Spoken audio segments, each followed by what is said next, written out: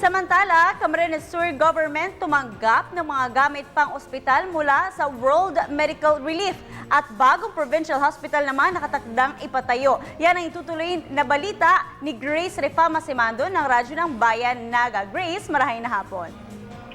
Yes, maray na hapon, Princess. Nagkakahalagang mahigit 100 milyong gamit sa ospital mula sa World Medical Relief ang tinanggap ng Camarines Sur Government. Noong nakaraang Huwebes ay formal na isinagawa ang turnover ng World Medical Relief na represented by Dr. David Lee Zarate bilang Pangulo ng organisasyon at tinanggap naman ni Governor Mix Villaferte ang ceremonial turnover sa harap ng lahat ng mga provincial board members ng lalawigan. Mga bagong at modernong hospital beds, x-ray machines, dialysis machines at wheelchairs. Ipinahayag ni Governor Mix na ang mga gamit nito ay malaking tulong para sa pagbibigay ng maginhawang medical services sa lahat ng mga may karamdaman. Samantala, isa pang masayang balita ang ipinahayag ng batang gobernador.